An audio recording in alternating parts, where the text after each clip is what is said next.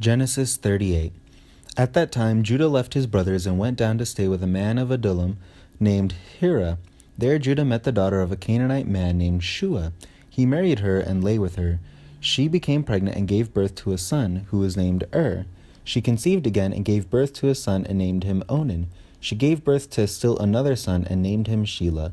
It was at Kezib that she gave birth to him. Judah got a wife for his firstborn, and her name was Tamar. But Judah's firstborn, was wicked in the Lord's sight, so the Lord put him to death. Then Judah said to Onan, Lie with your brother's wife, and fulfill your duty to her as a brother-in-law to produce offspring for your brother.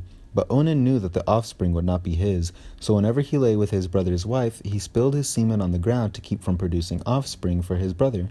What he did was wicked in the Lord's sight, so he put him to death also. Judah then said to his daughter-in-law Tamar, Live as a widow in your father's house until my son Shelah grows up. For he thought he may die too, just like his brothers. So Tamar went to live in her father's house.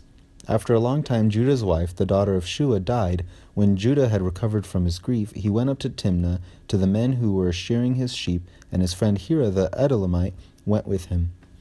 When Tamar was told, Your father-in-law is on his way to Timnah to shear his sheep, she took off her widow's clothes, covered herself with a veil to disguise herself, and then sat down at the entrance to Enaim, which is on the road to Timnah, for she saw that, though Shelah had now grown up, she had not been given to him as his wife.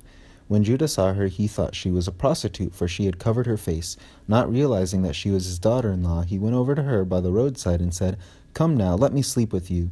And what will you give me to sleep with you? She asked. I'll send you a young goat from my flock, he said. Will you give me something as a pledge until you send it? She asked. He said, What pledge should I give you? Your seal and its cord, and the staff in your hand, she answered. So he gave them to her and slept with her, and she became pregnant by him. After she left, she took off her veil and put on her widow's clothes again.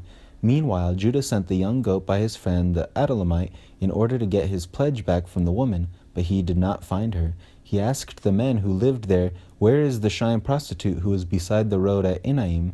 There hasn't been any shrine prostitute here, they said. So he went back to Judah and said, I didn't find her. Besides, the men who lived there said, There hasn't been any shrine prostitute here.